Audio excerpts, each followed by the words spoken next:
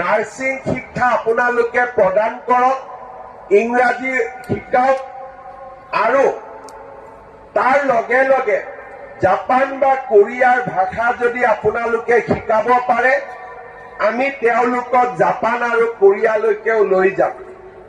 এগৰাকী ছোৱালীয়ে জাপান বা কোৰিয়ালৈকে গ'লে 3 লাখ টকা মাহত অতি কমেও দৰমহা পাব পাৰে।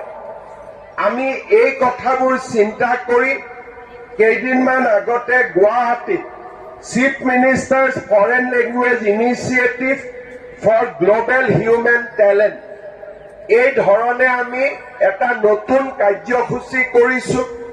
গুৱাহাটীত আমি 3খন জাপানী ভাষা শিকা আমি প্ৰশিক্ষণ কেন্দ্ৰ স্থাপন কৰিছো। আমি নাৰ্ছ শিকিলো, লেবৰেটৰী টেকনিচিয়ানৰ কাম শিকিলো। তাৰ পিছত 9 মাহ আমি জাপানৰ ভাষা শিকি আমি জাপানত গৈ কাম কৰিব পাৰো।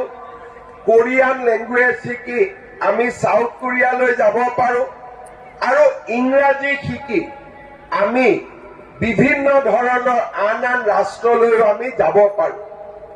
তাৰ লগে লগে আমাৰ ভাৰত আৰু আমাৰ নিজৰ ৰাজ্য অসমতো হেল্থৰ ক্ষেত্ৰত আমি বহুত ব্যৱস্থা হাতত লৈছো।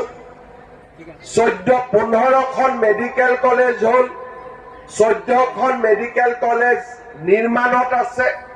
অসমত 30খন মেডিকেল কলেজ হ'ব অহা 4-5 বছৰৰ ভিতৰত। প্ৰত্যেক বছৰে 2খন মেডিকেল কলেজ হৈছে। গাঁৱে ভূঞে আয়ুষ্মান আৰোগ্য মন্দিৰ, চিকিৎসালয়, মোবাইল মেডিকেল ইউনিট এই গোটেইবিলাকতে আমাক নাৰ্ছৰ প্ৰয়োজনীয়তা আটাইতকৈ বাঢ়ি গৈছে। অহাকালি মই গুৱাহাটীত মেদান্ত হস্পিটালৰ আধাৰশিলা স্থাপন কৰিম। মেদান্তই গুৱাহাটীত 800 বেডেড এখন হস্পিটাল বনাব। মেক্সে গুৱাহাটীত এখন হস্পিটাল বনাব আৰু আন 3খন ডাঙৰ হস্পিটাল গুৱাহাটীলৈ অহাৰ বাবে আমাৰ লগত আলোচনা চলাই আছে। আজিকালি হস্পিটালৰ লগত এই গোটেইকেইখন হস্পিটালৰ লগত একোখন 5-star হোটেলো নিৰ্মাণ কৰিছে। তেওঁলোকৰ উদ্দেশ্য হ'ল যে দেশ বিদেশৰ পেচেণ্টসকল গুৱাহাটীলৈ আহিব, হোটেলত এটেণ্ডেণ্ট থাকিব যাৰ কোনো টকাৰ অভাৱ নাই আৰু হস্পিটালত চিকিৎসা ল'ব, যাক মেডিকেল টুৰিজিম বুলি কোৱা হয়। ৰিলিজিয়াছ টুৰিজিম, মন্দিৰ চাব গ'লে কয় ধাৰ্মিক পৰ্যটন। যদি কাজিৰঙা চাব যাওঁ তাক কয় প্ৰাকৃতিক পৰ্যটন। আৰু হস্পিটালত যেতিয়া চিকিৎসা ল'বলৈ আহে তাক কয় মেডিকেল টুৰিজিম।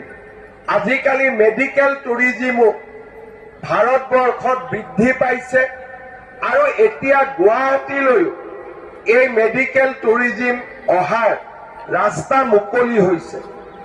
এই গোটেইবোৰ কথা মই এইকাৰণে কৈছো যে নাৰ্ছিং এডুকেশ্যন আৰু আমাক নাৰ্ছৰ কিমান প্ৰয়োজনীয়তা আছে, বিশেষকৈ BSc নাৰ্ছ এই